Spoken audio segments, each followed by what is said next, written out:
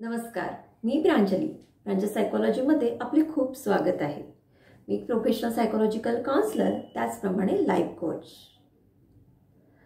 आज आपण थोडं पॅरेंटिंग या विषयावर बोलूया। हो, काय ना, बरेच क्लायंट्स माझ्याकडे जेव्हा येतात तर त्यांच्या एक समस्या असतात की आम्ही ना आमच्या मुलांवर खूप ओरडतो, खूप रागवतो। अक्षरशः इतका राग माझा अनावर होतो की मी मारते सुद्धा किंवा मी मारतो सुद्धा। पण आपण रागवतोय, मारतोय, ओरडतोय, तरीही मुलं ऐकतच नाहीये। काय असेल नक्की? मग या रागवण्यामुळे आणि मारण्यामुळे आपली मुलांमध्ये जर काही सुधारणा होतच नसेल तर आपण त्यांना का रागवायचं, आपण त्यांना का ओरडायचं आणि आपण त्यांना का मारायचं? हा माझा पहिला प्रश्न तुमच्यासाठी। पॅरेंट्स, आपली मुलं आहेत। मुलं ही देवाघरची फुलं आणि आपल्या या मारण्यामुळे, ओरडण्यामुळे जर मुलांमध्ये सुधारणा होतच नसेल तर त्याची काय गरज आहे? पण तुम्हाला माहिती आहे का, आपल्या या ओरडण्यामुळे, रागवल्यामुळे आपल्या मुलांवर सुधारणा न होता त्यांच्यावर खूप वाईट परिणाम होतात। हो, तुम्ही बरोबर ऐकताय की आपल्या रागवल्यामुळे मुलांवर खूप वाईट परिणाम होतात, त्यांच्या ब्रेनवर खूप वाईट परिणाम होतात। ज्यावेळेस आपण आपल्या मुलांवर रागवतो त्यावेळेस कुठले वाईट परिणाम होतो हे आज आपण या व्हिडिओमध्ये जाणून घेणार आहोत।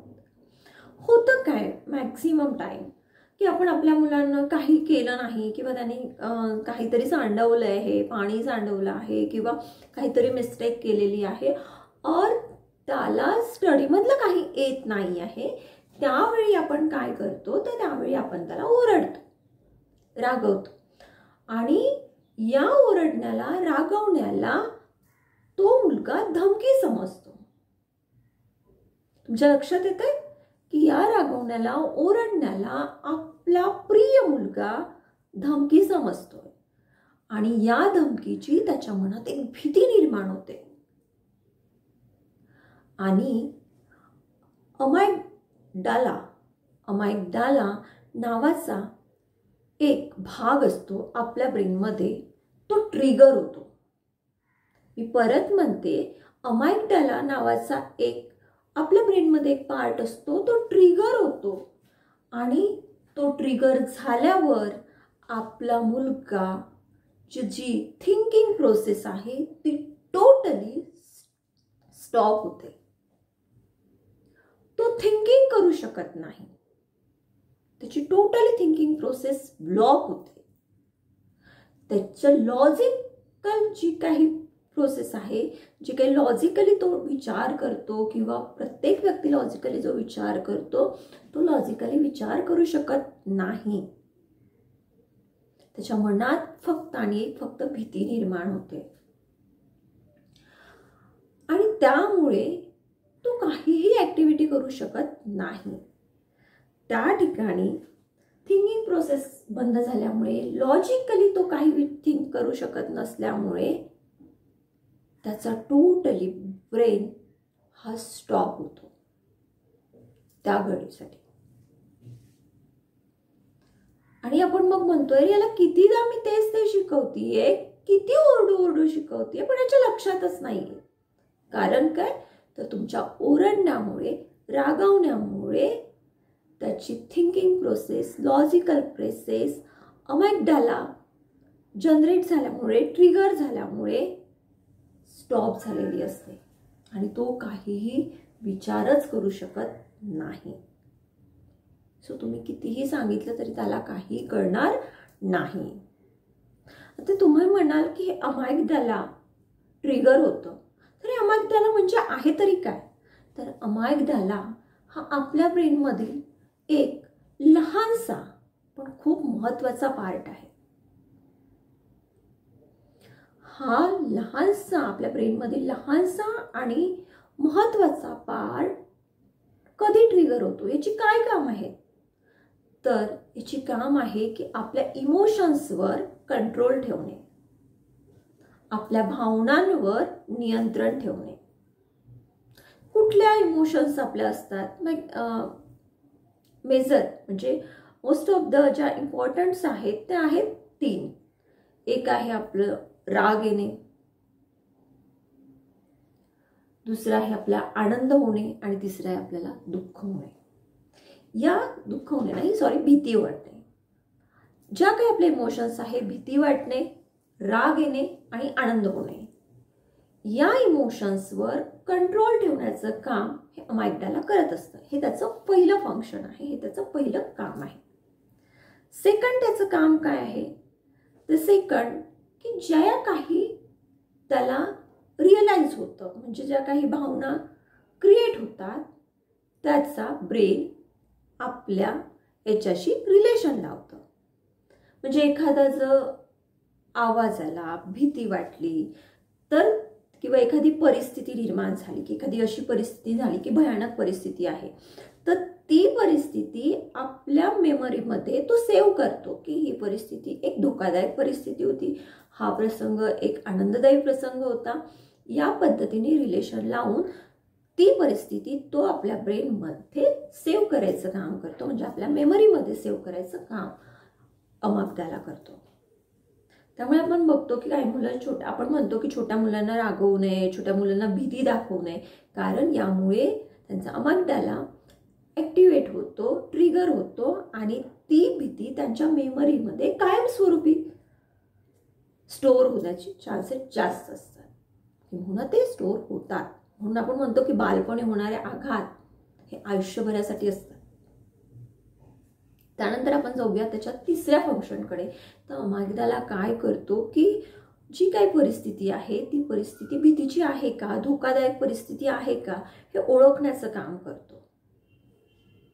म्हणजे आपला समोर एखादा अनोळखी पर्सन आला आणि तो स्ट्रेंजर आहे, तो आपल्याला धोकादायक आहे, तर आपला अमागडाला लगेच ते आयडेंटिफाय करतो की हा पर्सन चांगला नाहीये, इथे आपल्याला धोका आहे.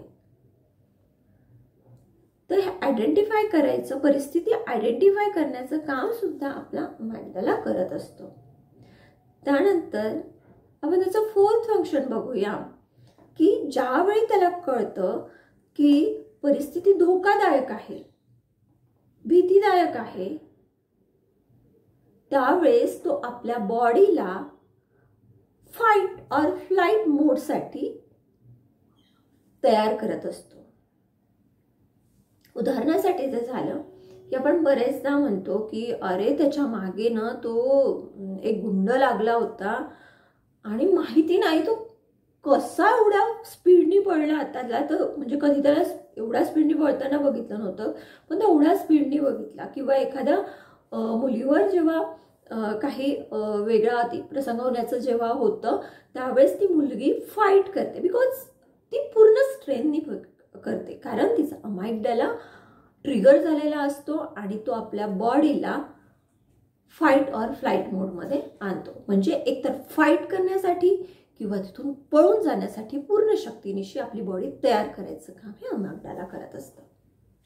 तर अशी ही अमागडालाची कार्य आहे. तर जेव्हा आपण आपल्या मुलांना ओरडतो, रागवतो, त्यावेळेस सुद्धा त्यांच्या मनात भीती निर्माण होते आणि त्या भीतीमुळे त्यांची टोटली थिंकिंग प्रोसेस जी आहे ती ब्लॉक होते. आणि ज्या थिंकिंग प्रोसेसेस ब्लॉक होत असेल तर तिथे तो ब्रेन काय कार्य करणार? सिंपल आहे ना. तेव्हा आपल्या मुलांवर रागवू नका, ओरडू नका. थोडं कमी आवाजात शांततेत समजावून सांगा, तर त्यांना ते लवकर समजेल. आय नो बऱ्याच पॅरेंट्सचे म्हणणं असतं की कंट्रोल जातो, पण आपला अमागडाला सुद्धा कंट्रोलमध्ये ठेवायचं काम करा, त्याला सुद्धा ट्रिगर होऊ देऊ नका. लास्ट पॅरेंट्स मी एकच सांगेन की जो काही आपला ब्रेन असतो ना तो आपल्याला कंट्रोल करत असतो आणि अ काम brain always perform a good work. Listen once again. A calm brain working actively and doing a good work. He think good, he doing good work. But a scarred brain shut down. Yes, a scarred brain shut down. So आपल्या मुलांचा brain open ठेवायचा आहे थिंकिंगसाठी, की त्याला shut down करायचं आहे, त्यांच्या मनात भीती निर्माण करून, हे तुम्हाला ठरवायचं आहे. तुर्तास इथेच थांबते. प्रांजल सायकोलॉजी या चॅनलवर जर नवीन असाल तर चॅनलला नक्की सबस्क्राईब करा, व्हिडिओ आवडल्यास लाईक करा. आणि खूप दिवसांनी मी व्हिडिओ टाकते आहे, थोडे काही प्रॉब्लेम्स असल्यामुळं मी तुम्हाला व्हिडिओ नाही रेग्युलर देऊ शकले, त्याबद्दल मी क्षमस्व आहे. पण यापुढे मी रेग्युलर व्हिडिओ टाकेल. तुझाच इथेच थांबते. धन्यवाद.